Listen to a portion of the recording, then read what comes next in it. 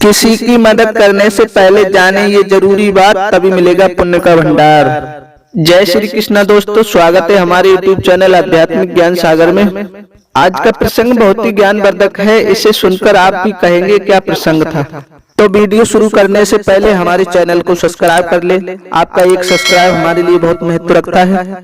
आइए शुरू करते हैं आज का प्रसंग। किसी की आर्थिक मदद एक या दो बार कर सकते हैं, किंतु कमरठा की प्रेरणा के साथ सहयोग करके उसको आत्मनिर्भर बनाकर आप सदा के लिए उसकी मदद कर सकते हैं। आत्मनिर्भरता आर्थिक स्वयं के बूते मेहनत से जीवन यापन करना, किसी पर आश्रित न होकर आत्मविश्वास से जीवन जीना। मनुष्य एक सामाजिक प्राणी है, यह एक दूसरे की पारंपरिक मदद सहयोग के नैतिक माना जाता है, किंतु ऐसा गलत प्रमाणित तब होता है जब सहयोग पाने वाला शारीरिक रूप व मानसिक रूप से पंगु बनने लगता है और उसे केवल मांगना ही अच्छा लगने लगता है। वह अपने कर्तव्य पथ से भटक जाता है और कृतज्ञता को प्राप्त होता है। इसके लिए सहयोग करने वाले भी उत्तरदायी होते हैं, क्योंकि वे केवल सहयोग पर ही बल देते हैं, किंतु कमरठा नहीं सिखाते तथा मुक्तखोरी को बढ़ावा देते हैं। मात्र थोड़ी सी भलाई व पुण्य के नाम पर लोगों को बढ़ावा देते हैं। आइए इसी के माध्यम से एक प्रसंग जानते हैं। एक मंदिर के बाहर अपाहिज बुजुर्ग दंपति भीख मांगा करते थे। मंदिर में आने जाने वाले श्रद्धालु उन्हें कुछ सिक्के दे दिया करते थे। इस प्रकार अपाहिज दंपति का गुजारा होता रहता था।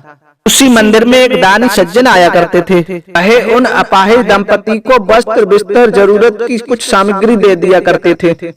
एक दिन प्रतिदिन की भांति वह दानी सज्जन बहुत से फल फूल लेकर मंदिर पहुंचा। ग्रहण के कारण मंदिर के कपाट बंद थे। मंदिर के बाहर भिखारी दंपति बैठे थे। दानी सज्जन ने सोचा, अब फूल फल घर ले जाकर क्या करूंगा। वह फूल फल दानी सज्जन ने भिखारी दंपति को दे दिए और चला गया। तभी वहां से गुजरने वाले राहगीर ने भिखारी से पूछा, फूल माला कितने की है। भिखारी ने कहा, यह बेचने के लिए नहीं है। राहगीर ने कहा, बेचते क्यों नहीं, कुछ कमाकर खाओ। भिखारी के दिमाग में कुछ बात आ गई। भिखारी ने 5 रुपए प्रति फूलमाला और 50 रुपए प्रति किलो शाम तक फल बेच दिए। भिखारी ने 150 रुपए की फूलमालाएं और 300 रुपए के फल बेच दिए। अब लोग उन्हें अब भिखारी नहीं फूल वाले बाबा कह के पुकारने लगे। भिखारी की आंखों में आंसू बहने लगे। कल तक भिखारी की पहचान रखता था, मांगकर खाना और जीना ही जीवन समझता था। एकाएक फल फूल वाले बाबा शब्द सुनकर कुछ करने की मन में उमंग जागी। कुछ दिन बाद वही दानी सज्जन आए। आज भिखारी दंपति भीख नहीं मांग रहे थे, बल्कि मंदिर के बाहर फल फूल बेच रहे थे। दानी सज्जन उन्हें देखकर आश्चर्यचकित खुश भी हुए और पूछा कि यह बदलाव कैसे आया।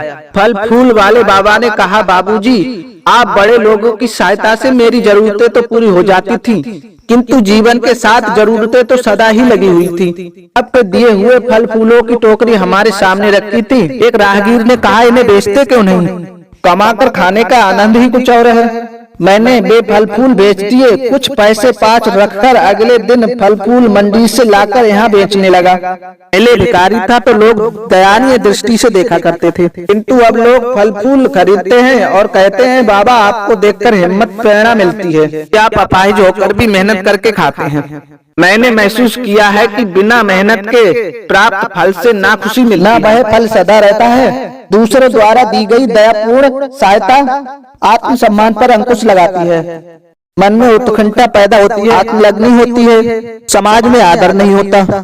नैतिक दृष्टिकोण से मुफ्त में मिली मदद सहयोग का सहयोग करके शांति प्राप्त नहीं होती है। दानी सज्जन सोच रहे थे कि आज इतनी बड़ी सीख मिली है कि मैं वर्षों तक बुजुर्गों की दंपति की सहायता करके सोचा करता था कि मैं बहुत भला काम कर रहा हूँ, किंतु मैं अज्ञान बस समझ ही नहीं पा रहा था कि मैं उन्हें आत्मनिर्भर बनाने की बजाय दूसरों पर आश्रित बनाना सिखा रहा हूँ। उस राहगीर की सोच को सलाम करते हुए दानी सज्जन ने कहा, हे अनजान राहगीर, आप जो भी थे बहुत अच्छी सीख देकर गए हैं कि आर्थिक मदद करके हम 2-4 बार किसी की सहायता कर सकते हैं, मगर ऐसा करने से उसकी जरूरतें एक सीमित समय तक ही पूरी कर सकते हैं, किंतु कमरठा की प्रेरणा देकर हम किसी की सहायता के साथ साथ आत्मनिर्भर बनने का अवसर देते हैं। आत्मनिर्भर व्यक्ति बाहरी सहायता पर विश्वास न करके स्वयं पर विश्वास करते हुए दृढ़ संकल्प होकर संघर्ष करते हैं। उनका समाज में सदैव आदर सम्मान होता है।